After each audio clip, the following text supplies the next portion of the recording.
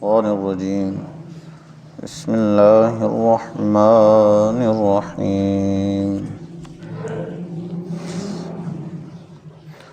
وَلَقَدْ نَصَرَكُمُ اللَّهُ بِبَدْرٍ وَأَنْتُمْ أَذِلَّةٌ فَاتَّقُوا اللَّهَ لَعَلَّكُمْ تَشْكُرُونَ إِذْ تَقُولُ لِلْمُؤْمِنِينَ أَلَنْ يَكْفِيَكُمْ أَنْ يُمِدَّكُمْ رَبُّكُمْ بِثَلَاثَةِ آلَافٍ مِّنَ الْمَلَائِكَةِ مُنْزَلِينَ بَلَىٰ إِن تَصْبِرُوا وَتَتَّقُوا وَيَأْتُوكُم مِّن فَوْرِهِمْ هَٰذَا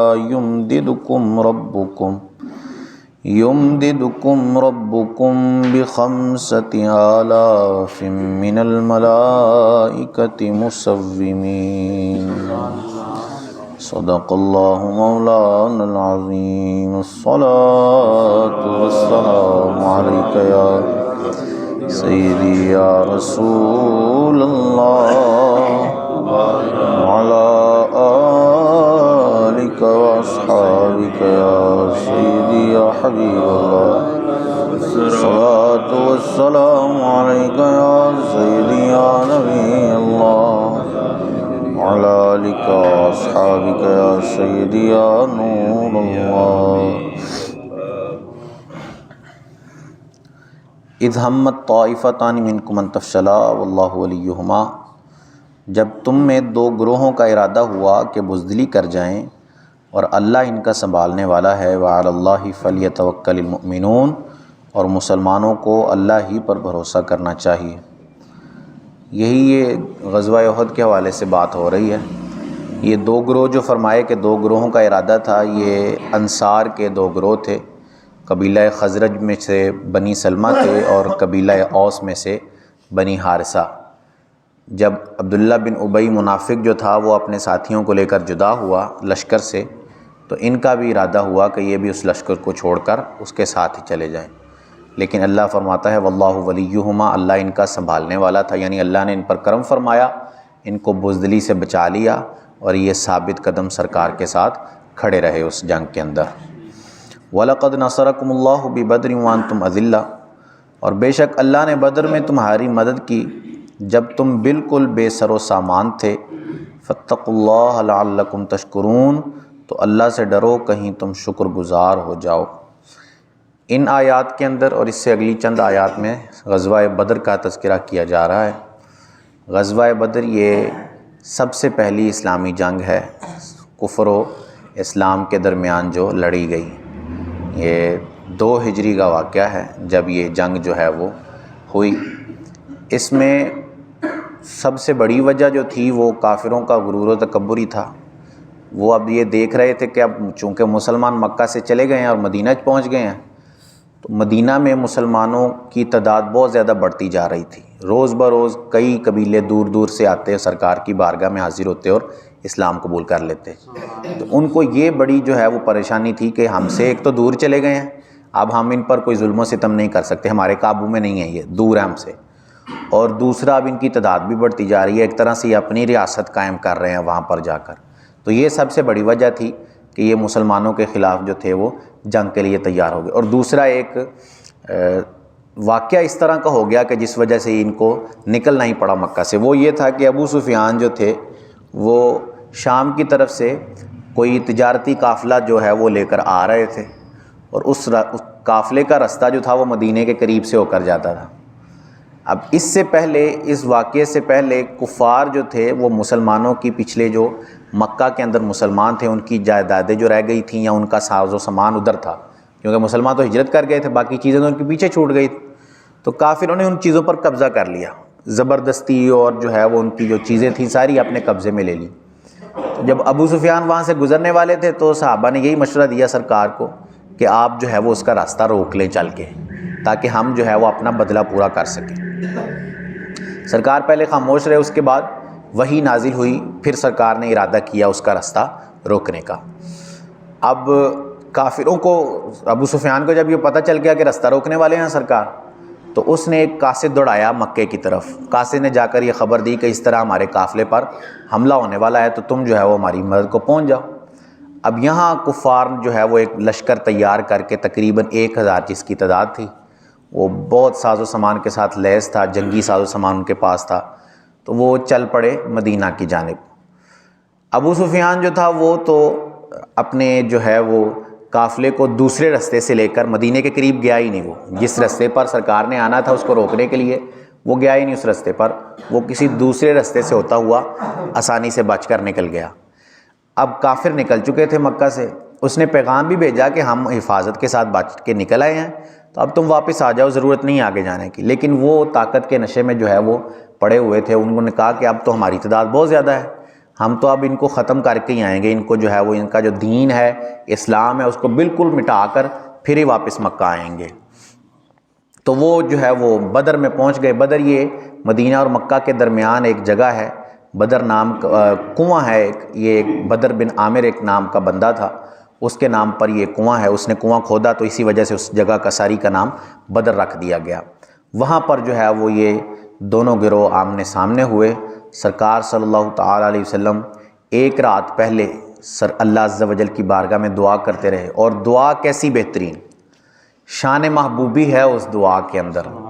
سرکار کیا دعا کر رہے ہیں؟ سرکار دعا کر رہے ہیں کہ یا اللہ اگر کل تو نے ان چند بندوں کی، ان تھوڑے سے بندوں کی مدد نہ فرمائی تو قیامت تک کوئی بھی تیرا نام لینے والا باقی نہیں رہے گا۔ کسی میں جرت ہے مجال کسی میں کہ اللہ سے کہہ سکے کہ تیرا نام لینے والا باقی کوئی نہیں رہے گا؟ اللہ تو خود فرماتا ہے کہ اگر میں چاہوں تو تمہاری جگہ کوئی دوسرے لے آؤں اور وہ میرے نام کو آگے لے کر چلیں۔ یہ اللہ خود فرماتا ہے کہ تم میرا کام نہیں کرو گے، تم میرے نام کو آگے نہیں بڑھاؤ گے تو میں تم کو تبدیل کر دوں گا، دوسرا گروہ تمہاری جگہ آ جائے گا اور وہ میرے نام کو آگے لے کر چلے گا۔ لیکن یہاں سرکار عرض کر رہے ہیں اللہ کی بارگاہ میں کہ اگر تو نے کل مدد نہ فرمائی تو کوئی تیرا نام لینے والا باقی نہیں رہے گا۔ یہ شان محبوبی ہے، یہ سرکار کے ساتھ سرکار کی اللہ سے محبت ہے، اور سرکار بھی اللہ عز و جل بھی سرکار سے محبت فرماتا ہے۔ اللہ عز و جل کے نیک بندوں کا بڑا مقام ہوتا ہے اللہ کی بارگاہ میں، بہت زیادہ۔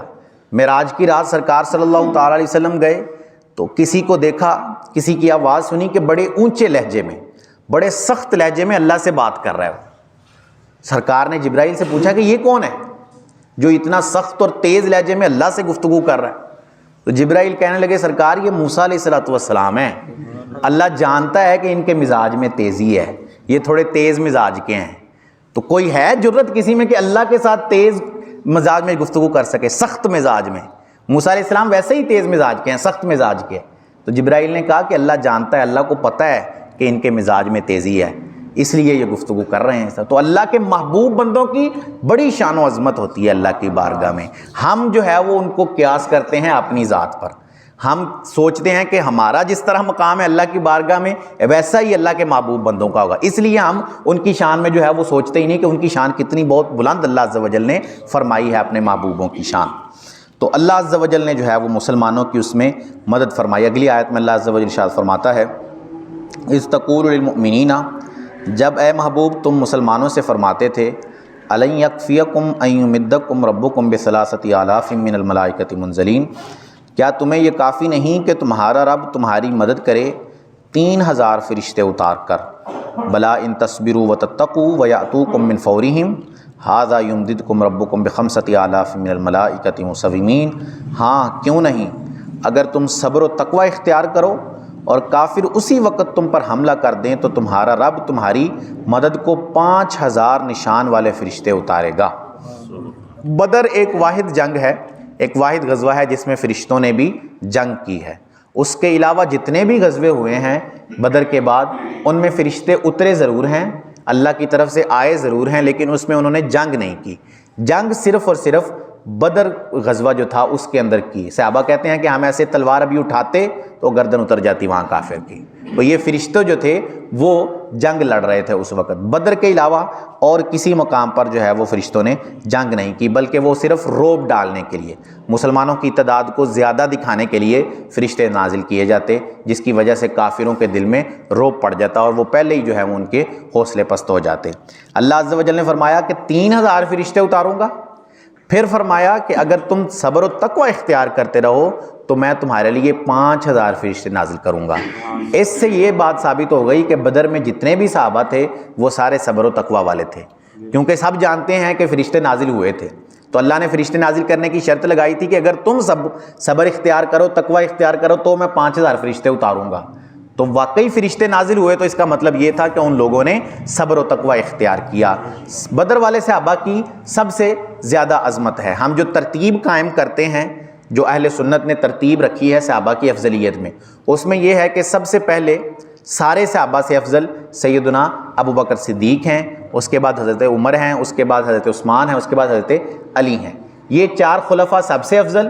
ان کے بعد جو 10 مبشرہ صحابہ ہیں، وہ 10 صحابہ کے جن کو سرکار نے واضح الفاظ میں ان کی زندگی میں ہی جنت کی بشارت عطا فرمائی، پھر ان کا مرتبہ ہے، اس کے بعد پھر بدر والوں کا، اس کے بعد پھر احد والوں کا، اس کے بعد پھر بیعت رضوان والوں کا، اور اس کے بعد جو ہے پھر فتح مکہ والے، اور اس کے بعد سارے جو ہیں وہ صحابہ آپس میں برابر ہیں۔ یہ افضلیت کی ترتیب اہل سنت کے ہاں قائم کی جاتی ہے۔ تو بدر والوں کی بڑی فضیلت ہے۔ احادیث میں، ایک حدیث میں سرکار اکرم صلی اللہ علیہ وسلم نے ارشاد فرمایا کہ اے بدر والو، اب تم چاہے جو بھی کرو، تمہیں کوئی تمہارا عمل نقصان نہیں پہنچائے گا، اللہ نے تمہارے ہر عمل کو معاف فرما دیا ہے۔